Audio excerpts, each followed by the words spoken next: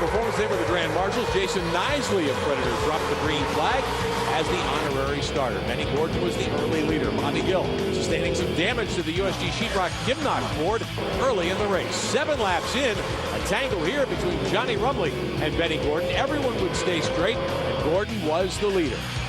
Now at lap 19, Danji Hanover's blown motor oiled the track. Rumley gets up into the wall. Matt Carter and Jody Lavender involved. And the car of Joey Logano also heavily damaged. On lap 46, Woody Howard cuts a tire in the Dean Motorsports 55. He would have to make a premature pit stop. And at lap 49, the rain returned. It became very heavy. The USAR, who just broke up a decided to throw the red flag, thus leading us to our restart here on Sunday afternoon. It is overcast and chilly. October dawn already just underway on the restart on a sunny now Sunday afternoon. Sam Falone in the 48 car, Trevor Bayne in the McDonald's number 29 have gotten together and gone around, and that brings out the yellow just after the restart. We'll have a look there. Looks like both cars suffered just a little bit of damage. Should be able to refire. Sam Falone already pulling away in his Pontiac bodied Piro's Vegetables machine.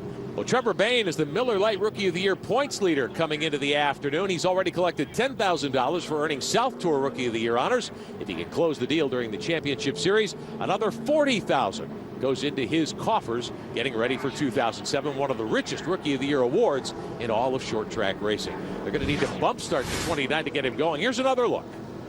Trevor Bayne with a great run off turn 2, up underneath Sam Falone. A little bit of contact in the left rear of the 48 car. Around they both go. The biggest problem Trevor Bayne had, he couldn't get it refired, so he sat there and went a lap down. Finally gets a push, and he's back and running. In the first of the 6 championship series races here in 2006. Oh! Contact and Lonnie Rush. Lonnie Rush gets punted, and the 71 car goes up the racetrack and into the wall. So the Devers Chevrolet, the Ray Skillman auto car, Rush in trouble. He folds up the right front corner of that car, and we are under yellow. Looked as though the caution had started to wave. Lonnie might have backed out of the gas and got punted. A lot of times that'll happen. Everybody rolls out of the gas, and if the guy behind you doesn't see the caution flag or a spotter hasn't told him, he's still wide open, and it only takes, bang, just a second, and you're sending the guy around, and in this case, Lonnie Rush, into the wall.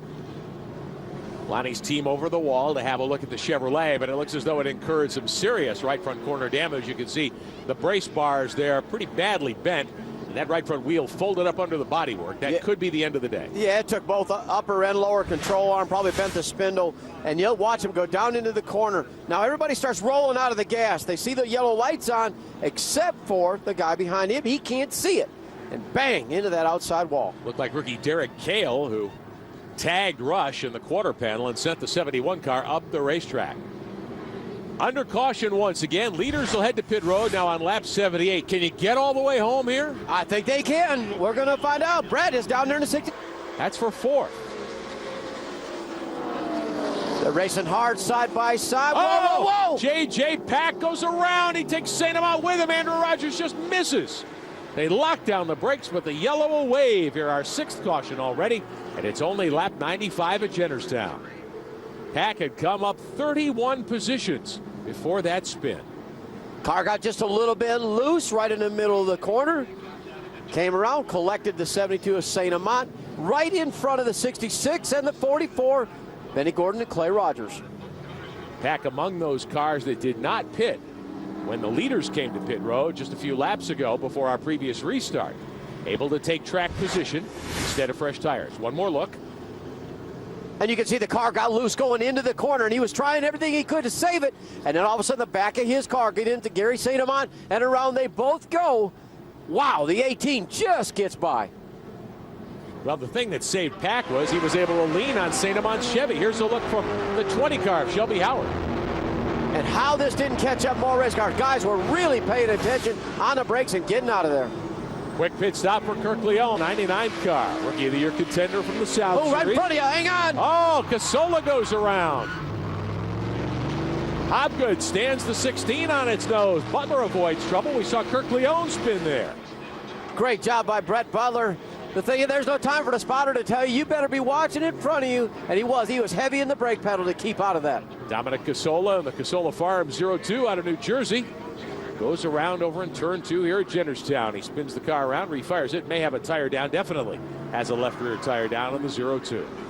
So Casola will bring that car to pit road and try to get it ready for the final laps here today. And this may give some of the other cars that needed a stop an opportunity. There'll be time for everybody to regroup just a little bit. As you watch this car go off into the corner, a little bit of contact right there with the 52 car. Wayne Willard on the outside. The 02 Casola goes around. He's got a flat tire. Wow, how did everybody miss this? A lot of contact, I would say, out of turn 4. The 52 of Leon and Casola and the 02 leaning on each other. All right, Tim Benny was your restart leader in the 44. And we are back underway. Down into the corner. Whoa! Contact! Benny Gordon, Trevor Bain tangling going into turn 1, and Gordon slams the wall in the Predator Performance Ford. Caution returns very quickly. We don't even get a lap in. Gordon got taken out there by Trevor Bain. You know, I don't know what happened. They both went down in the corner. You know, Trevor Bain's trying to stay with the leaders to get back on the lead lap, and it's just hard to say if Trevor held his line or did he actually come up or who did what, but I'm telling you, that's a hard lick on the 66 car. And I'm glad to see, yep, he's moving around inside the car, but that was a heck of a lick on the left-hand side of the race car. Hey, you can see Benny Gordon try to refire the 66, and then he dropped the window deck quickly. He's pulling the helmet off. Surprised he didn't try to roll the car backwards down the racetrack. He had it in gear and was bouncing off the concrete there when he tried to refire. But in any case, Gordon, we heard Brett McMillan tell us earlier, he knew he needed a good run, a good points finish to get back in contention after the trouble they had at Iowa Speedway. Now he's going to be taken out early again here at Jennerstown, his home racetrack, after starting on the pole. That had to ring his bell, because when you hit with the left side that hard, your door bars stop that race car so fast with that concrete. It really, really works on your headgear, and that had to ring his bell. Trevor Bain at age 15 out of Knoxville, Tennessee, being taken to the ambulance. He'll be taken to the infield care center. Benny Gordon will have to make the same trip. He'll do it on foot, evidently. One more look at what happened. The green had just reappeared. Benny Gordon going in on the outside. Looks like Trevor Bain locks the car up hard, and that's what made the contact. You can see his brakes are locked up all the way across. Benny Gordon with a vicious hit, and we'll take another angle of it as they go up in the corner. See the sparks fly underneath the 29 car. That sent him up into Benny Gordon. His car, the tires were locked up, and at that point it was all over. A terrible break for both these guys, especially Benny Gordon. Looked as though perhaps Bain had a tire down. He certainly had all 4 wheels locked, and he went up the racetrack. Looks as though he went up and got into the side of Benny Gordon's Predator Performance Ford. Red flag is out. Gordon walks up into the hauler. Miller Lite Rookie of the Weather much of the season, fighting cancer. We wish Steve all the best. Up onto the back straightaway. Oh, and Rogers on the brakes. Caution on the speedway. Contact back there. Andrew Rogers runs into the back end of the 4 car of Jay Fogelman. Debris on the speedway. The yellow was waving. I don't think Andrew Rogers saw the yellow lights come on. Well, they're another case of everybody slowing down. Andrew Rogers was wide open coming up off the corner, just couldn't get slowed down in time. Got into the back of the 4 car of Jay Fogelman and sent him into the outside wall. Andrew Rogers hitting the wall himself. Wow. Both of those cars with severe damage to the front end sections. Doesn't look as though the radiators are broken. We don't see any fluid on the racetrack. Andrew Rogers will bring the 18 car around to pit road. Fogelman will have to pit the 4 car, the Grease Lightning entry. So tough way to enter the final 30 laps here at Jennerstown when you get into the wall hard like that on the backside, and both of those cars sustaining heavy, heavy damage. So the caution waves again. Now here's Fogelman in the Grease Lightning Ford out of North Carolina, coming to the attention of his crew. They will try to straighten out the sheet metal. Andrew Rogers in the Termidor 18 really sustained some front end damage. Looks as though a lot of things were moved around on that car. Fogelman's team to try to pull away the loose bodywork there. And that's the best thing they can do right now, is get everything out from in front of the radiator, try to get it off the tires, let him finish this race, and try to pick up as many positions or keep as many as he can. But what a way to end the day. And we've seen a lot of cars out here that just look like they've been through a demolition derby. At home Chevy on the backstretch. It's our 11th caution of the afternoon with 21 laps to go. Saw the 34 car tucked against the inside wall as the leaders raced by there a moment ago. Mike Herbert trying to refire the Fireside Chevy. And he will get it going and pointed in the right direction. So Herman will prepare for the restart. Clay Rogers will have the 4th. A little further back, Agnew and Marty Lindley. Looks like the Bowen Holmes car, Wayne Willard's machine, off the pace. He may have gotten up into the wall. And Brett Butler has spun. He's got problems again in the Aaron's Dream Machine, the 99 car, the Michael Waltrip Pontiac. 8 to go, and it's our 12th caution of the Charlie Campbell Memorial Miller Lite 250. One more look. Oh, and Willard got right up in the wall over there in turn 2. Came down the racetrack, and Butler got on the brakes and went around, evidently, trying to avoid him. Mike Mason slides down the front straightaway in the Awesome Awnings 8 car.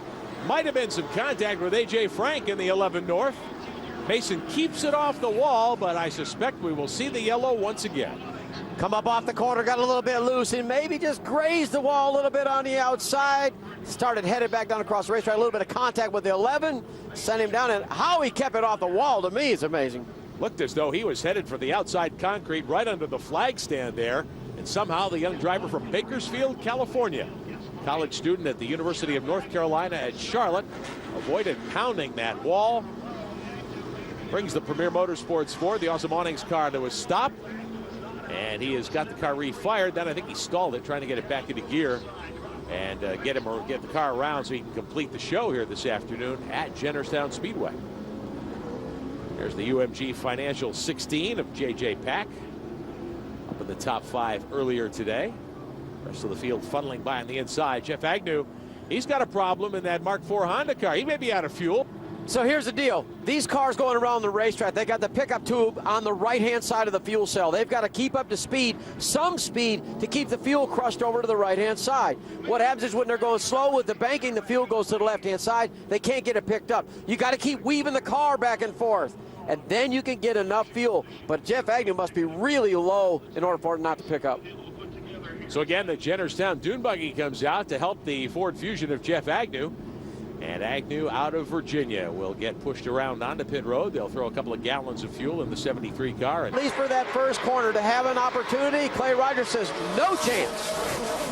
White flag is in the air.